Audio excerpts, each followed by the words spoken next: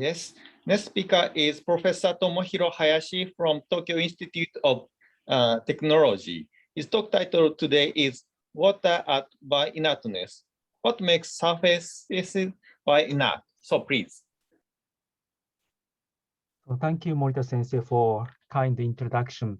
So I'm Tomohiro Hayashi. So first of all, so I would like to acknowledge Professor Chenkova and Elena and other organizing committees for giving me a very nice chance to give a talk here. So I'm really enjoying this conference from home in Tokyo. And today I would like to talk about so just to start with these two SEM images. And so I brought two kinds of monolayers to the Professor Tanaka's laboratory. And this is a result of the platelet adhesion test using my own blood. And the most important finding is my blood is okay. So a second important thing is so it's a very sharp contrast in the platelet adhesion. And so in a left image, so platelets are really adhered on the surface and most of them are activated. But this surface monolayer is really stealth, inert to the platelet. So this means that this surface is has a very high blood compatibility, and this surface is not blood compatible. So such kind of activation and adhesion should not occur, for example, in a wall of the ECMO, the Professor Tanaka mentioned. So I would like to discuss the mechanism. And so as I told you, I used a monolayer. This is a so-called self-assembly monolayers. So of the thiols on a gold surface. So good thing of this system is that we can easily make a well-ordered, highly ordered monolayers using the substrate molecule and the intermolecular interactions. And the good thing of this system is also we can control the physical chemical property of the monolayer just by changing the terminal grooves. So we can easily make a surface hydrophobic or hydrophilic or biocompatible and non-biocompatible. So I'd like to introduce biocompatible self-assembly monolayers. So non-ionic type and beta ionic types. And so if the molecule has 2 or 3 units of the ethylene glycol, then the monolayer will become biocompatible. I mean, a bioinert, protein resistant or cell resistant. So in the case of a beta ionic type, so if the positively charged and negatively charged molecules coexist in a one monolayer, such kind of mixed charged type monolayer is a bioinert. And for example, the other type is a sulfobutane. So in this case, the positive and the negative charges coexist in a one molecule. So such kind of monolayer is also protein resistant and cell resistant. On the other hand, so we have protein and cell adhering SAMs. So the typical one is a methyl terminated hydrophobic self-assembly monolayers. And in the case of hydrophilic bioadhering SAMs, so OH terminated, this is a neutral, and charged, negatively charged and positively charged monolayers are also protein and cell adhering. The question is, what's the difference between bioinert and protein adhering, adsorbing SAMs? So to answer this question, so we designed such kind of experiment. So our idea is very simple. So if the surface is repelled, the biomolecules are cells.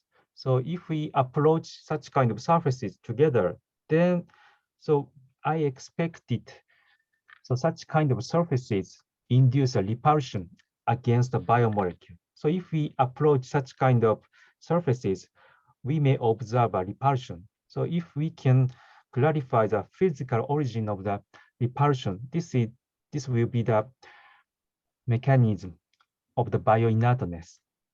So for this experiment, so we use the atomic force microscopy, but our probe has a not sharp tip. The colloid with the size of the several tens of micrometer is attached to the liver. Then, so this probe has a well-defined geometry and also high sensitivity in the force. So we can, so this is a schematic image. So we fabricated sulfacem monolayers on both probe and the surface, and we approach them each other in a physiological condition. So if we have repulsion observing acting between them, so we will have such kind of red curve, so force distance curve. And if there is attraction, so the curve will be the blue curve. So let's go to the result. So we, in the case of the hydrophobic SAMs, so from the 6 nanometer, I mean the surface to surface distance. So we will observe the hydrophobic attraction, the mixed with the van der Waals interaction. In the case of negatively charged or positively charged SAMs, so there is no hydrophobic attraction, just a van der Waals interaction. But in the case of the bioinert SAMs, mixed charge and the sulfobutane and oligoethylene glycol terminated SAMs, so we always observed the repulsion. So very clear correlation between the protein absorption and density of a platelet adhered onto the SAMs. So what is the origin of this repulsion? So there are only water and ions between the surfaces. So I expected, so this is a kind of water-induced force because the range of the repulsion is far beyond the electric double layer force. So we measure the force in a mixture of PBS and ethanol because ethanol disrupts the hydrogen bonding network between the water molecules. And if we increased the molar ratio of ethanol up to the 0.23, so this is a 1-to-1 in a volume ratio, then such kind of repulsion suddenly disappeared. So this strongly suggests so there is a physical barrier of water to prevent the approach of proteins and the cells near the bioinert surface. And I also checked the repulsion systematically by changing the number of ethylene glycol unit, and also we changed the terminal groups, and we found a very clear 100% correlation between the surface force and platelet resistance. So you can clearly see this such kind of a water-induced repulsion is very important for the bioinertness. And I also want to introduce a very interesting system. So this is a EG3 OME formed on a gold and silver. So molecule is same, but the substrates are different. So on gold, the molecules are less densely packed. So on silver, it's a higher molecular packing density. and the water contact angles are completely same. But if we measure the protein adsorption, so gold supported SAM is a protein resistant, and on silver, it's a protein adsorbing. So if you perform the cell adhesion experiment, the difference is very clear. So these surfaces are covered with the same molecule, but depending on the packing density, the degree of bioinertness is completely different. So to understand this, so we collaborated with Morita sensei, chairperson, and he's very strong in IR measurement, and we performed the surface enhanced IR absorption spectroscopy, so SEILA. And this method, we can use a gold film on a silicon prism, and this works as a kind of antenna and generate so enhanced electromagnetic field, and we can measure the surface or interfacial areas selectively. And so if you measure this is a OH stretching band of interfacial water. So the spectra is completely different from the bulk water. And important thing is depending on terminal groups. So the OH stretching band is completely shaped different. This means the hydrogen bonding states are completely different. And we also perform the surface force measurement. And in the case of bioinert gold-supported SAMs, so we clearly observed water-induced repulsion.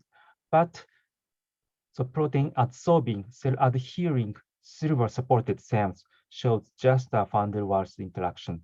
So water layer is formed only on gold surface. So surface force is always correlate well with the affinity of the surfaces with protein and cells. And recently, we tried to visualize such kind of water barrier using frequency modulation atomic force microscopy. So with this techniques, we can visualize individual molecules forming the mixed charge SAM. This is a bioinert. And this is a YZ or XZ plane cross-sectional view. And this is a plot of force. And you can clearly see the such kind of water molecules covers the mixed charge SAM. So this is, I think, this is a water barrier. And we also want to introduce the biomolecule-based surface and monolayers. So if the molecule has such kind of a repeating unit of the E and K, this is an amino acid, the beta iodic type, and such kind of surface and monolayers made of peptide shows a high bioinertness. On the other hand, if we change the amino acid pairs, beta ionic pairs, so ER, so this is not bioinert. Then we perform the surface force measurement. So the bioinert, so EK and DK SAMs shows a water-induced repulsion. So these SAMs has a water barrier. But on the other hand, ER or DR doesn't show the repulsion, so strong repulsion. So in this case, also correlate well with the bioinertness. So the other important biomolecule is a DNA. And this is a collaboration with Professor Maeda in Riken. And they found if we make such kind of DNA SAMs, and they are complementary, that's why they are forming a helical structure. But they introduced just one mismatch at the end of the terminal base pairs. Then, so if they cover the gold nanocrystals with such kind of DNA. So the colloidal stability is very high. But if the terminal base pairs are complementary, then colloidal stability is very poor.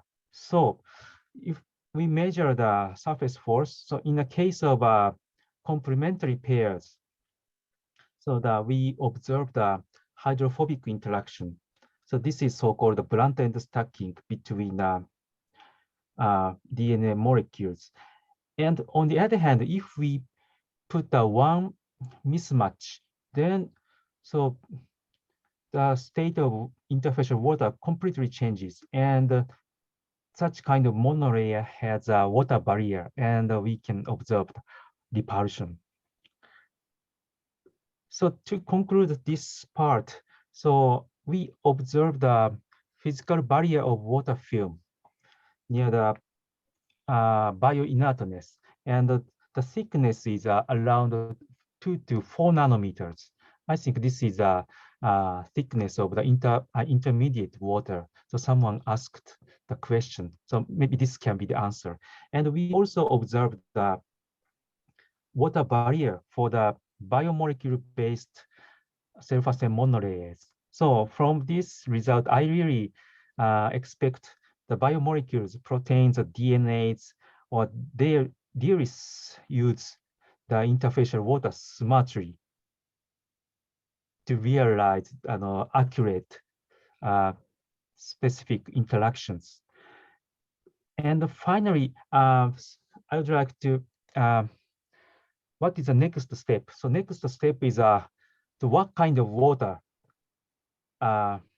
induce repulsion? I mean, what kind of water can be the water barrier? So this is also collaboration with Morita sensei, and we measure the surface enhanced IR spectroscopy, and we perform the peak fitting with 5 Gaussians, and we found the 3,430 or 50. So this is a typical peak for the intermediate water found for the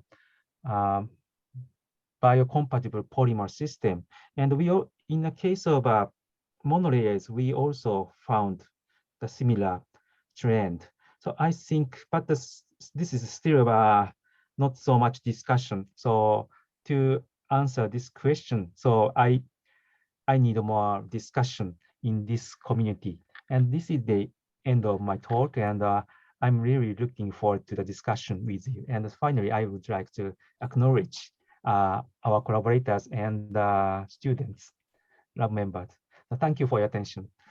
Thanks, Professor Hayashi. So now open the discussion. Any question or comment? I have. Yeah. If possible.